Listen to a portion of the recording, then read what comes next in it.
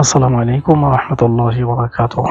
আপনারা দেখবেন যে বাংলাদেশ হচ্ছে একটি হুজুগে জাতি।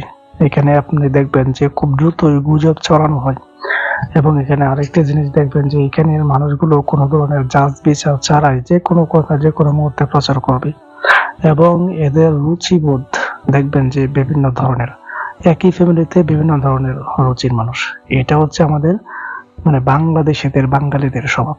আপনারা চিন্তা করেন মুসলিম যে প্লেয়ার গুলো আছে যারা ক্রিকেট খেলা হোক আর ফুটবল খেলাই হোক, আপনারা দেখবেন মুসলিম প্লেয়ার গুলো আমাদেরকে কি শিক্ষা দেয়? আমাদেরকে শিক্ষা দেয় দেখবেন যে ধর্মবোধ। প্রথমে শিক্ষা দেয় ওরা ধৈর্য, এরপরে দেখবেন ওরা শিক্ষা দেয় ধর্মবোধ। কারণ দেখবেন যে অনেক মুসলিম তারকা প্লেয়ার আছে যারা তাদের ব্যক্তিগত জীবনে খুব কঠোরভাবে ইসলাম ধর্ম পালন করে। আপনি দেখবেন তারা খেলা চলাকালীন সময়েও অনেকে দেখবেন যে মাঠের এক পাশে নামাজ পড়ে। অনেকে দেখবেন আপনারা এই ফুটবল খেলায় গোল করার পরে ওরা সেজদায় লুটিয়ে পড়ে। অনেক ক্রিকেট খেলায় দেখবেন যে সেঞ্চুরি করার পরে 100 রান নেওয়ার পরে কিংবা 5টা উইকেট হওয়ার পরে ওরা দেখবেন যে মাটিতে সেজদায় লুটিয়ে পড়ে, শুকরানা সেজদা করে। এটা আপনাকে শেখায় যে আপনার ভালো কিছু অর্জনের পর কিভাবে মালিকের দরবারে আপনি নত হয়ে যাবেন, শুকরিয়া আদায় করবেন। এটা শেখায় তারা। তারা শেখায় ধৈর্য, তারা শেখায় সম্প্রীতি, ভালো আচরণ। এরপরে দেখবেন মুসলিম প্লেয়ার গুলা রমজান মাসে ক্রিকেট হোক আর ফুটবল হোক, ওরা দেখবেন যে কি সুন্দর রোজা রেখে খেলতেছে। আপনি চিন্তা করেন রোজা রেখে খেলাধুলা করা এত সহজ না। এরপরে ওরা দেখবেন যে যখন ইফতারের টাইম হয় তখন দেখবেন যে কি সুন্দর তারা মাঠের এক পাশে হয়তো একটা দুইটা খেজুর এক গ্লাস পানি তারা খুব দ্রুত ইফতার করে আবার তারা খেলছে। তো এই যে ওরা আপনাকে ধর্মবোধ শিক্ষা দিচ্ছে।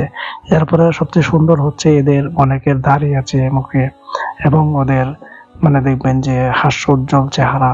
ওরা বিভিন্ন ভাবে ইসলামী যে একটা ধ্যান ধারণা ওইটাকেই প্রমোট করে কিংবা এটাকেই তারা লালন করে। আর আপনি ওই সমস্ত দেশের ওই সমস্ত মুসলিম প্লেয়ারদের আপনার পছন্দের তালিকায় রাখতে পারেন না।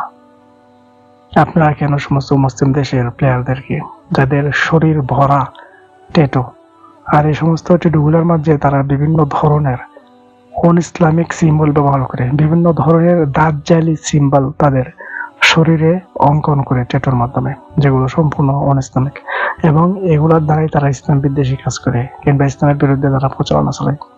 আপনি দেখবেন তাদের যে হেয়ার কাটিং সম্পূর্ণ ইসলামিক এবং এটা আমাদের দেখতেই কিরকম মনে হয় এবং এটা সম্পূর্ণ আমাদের রুচির বিরুদ্ধে, যেটা মুসলিমদের সাথে যায় না। আপনি ওই সমস্ত দেশের প্লেয়ারদেরকে আপনার পছন্দের তালিকায় রাখতেছেন আর আপনি বলতেছেন আপনি মুসলিম। আপনি এইরকমই তো মুসলিম, নামাজ পড়েন না। আপনি তো এইরকমই মুসলিম, রোজা রাখেন না কিংবা ভাঙ্গাচোরা রোজা রাখেন, ভাঙ্গাচোরা নামাজ পড়েন। ধর্মের প্রতি কোনো টান নাই। একটু স্বার্থের জন্য, কয়েকটা টাকার জন্য আপনি যে কোনো ধরনের কাজ করতে পারেন, আপনার ইমান বিলীন করে দিতে পারেন। এই ধরনের মুসলিমই তো। এই জন্যই তো ছোটখাটো বিষয়গুলো আপনার মাথায় কাজ করে না। আমি বলতেছি না যে আপনার ক্রিকেট খেলান কিংবা ফুটবল খেলান কিংবা খেলাধুলাকে আমি প্রমোট করতেছি। যদিও এই কাজটা আপনি যদি এতই বেশি আগ্রহ হন, তাহলে মুসলিম দেশগুলো তো আছে, মুসলিম প্লেয়ার গুলো তো আছে, আপনি তাদের সমর্থন করেন। আমি সমর্থনের ক্ষেত্রে শুধুমাত্র এতটুকু বলতে চাচ্ছি।